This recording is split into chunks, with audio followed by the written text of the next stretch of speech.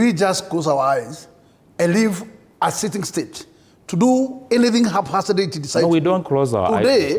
Today, those orders were made by a head of state and his minister. It is minister. Number two, the government is in record hiring goons being manned by police. Is there evidence to that effect? Of course. Mheshimiwa, there's no evidence to that effect. It's a political statement. The other day I saw your supporters going to welcome, and they were branded, they were going to welcome the former deputy president. Yes, I have not interfered with. I mean, the evidence is flashed all over. But I'm telling you, it is in record and public domain. This city, not anywhere else.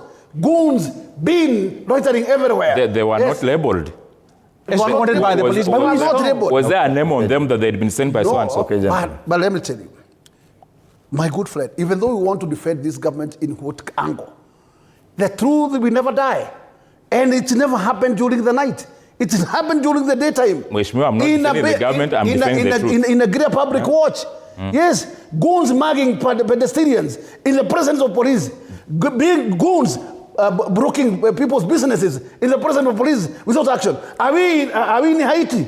Or are we in a democratic Criminals have been handled. In fact, yesterday I heard about 300 people have been arrested. People who are criminals within the... After the expose. So those are criminals just doing their own thing. They cannot be labeled to be a political Can we allow as a government to be in place, a government that in fact we are doing anything negative intentionally? There's no evidence that the government is responsible for those goons. There's no evidence, Mheshimiwa. Okay. What evidence do you want? Okay, gentlemen. Fwamba, what evidence do you want? There's no evidence, Mheshimiwa. Okay, gentlemen. You know, these are just statements. Yeah, you see, the government spokesperson, I thought he should be articulating the issues of the government. Either to counter whatever they find negative that is being out there, that they find, oh, this is injurious to our image as the government.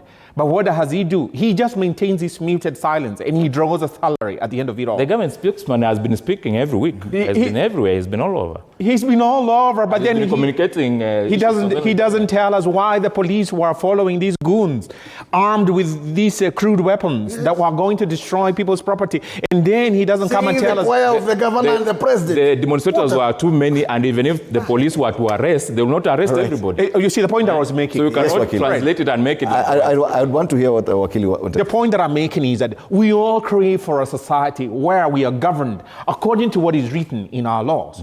Not these ad hoc policies that someone pops up. He gets on the roof car, on the top of a roof car, sorry, on the roof of his car, as though he was still in some campaign mode. And yet we gave him the mandate, you know, by default or by design, whatever it is, and let's all agree, and I say here the last time, that look, they who voted for Honorable Raila Odinga, they who voted for Ruto, both of them have their, you know, people in government, as it were, by, you know, whatever mongrel arrangement that they have. But look, we say that, well, fine, you have ended up wherever you are right now. Give us governance according to our laws. All right. So saying that you're not governing according to the law, really, I mean, accept it. Have a thick skin. Come on. Fred, I if you can't stand that heat, get off. Mistakes. No. Remember, when Uhuru Kenyatta did not walk out and communicate whatever he was doing for the country, people turned against him when he was fronting Raila as a presidential candidate. And this is the kind of narrative that has been created out there. Needed some kind of response. And I'm happy that the president is now communicating in person, even telling the people what exactly is happening within the government. Okay. If he keeps quiet, this opposition, this toxic opposition in particular, will get away with a lot of propaganda because that's their mantra. And it works well for them because that's where they are best at. Ruto at 3 years since President William Ruto was sworn in. I want us to close that chapter. In e-procurement, really, that don't we know what is envisaged by our constitution? Where was the public position in the first place? Why do you want to bulldoze and force things to your people? Why do you want to push people to their throats without following the procedures?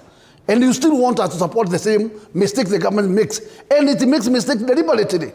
Really?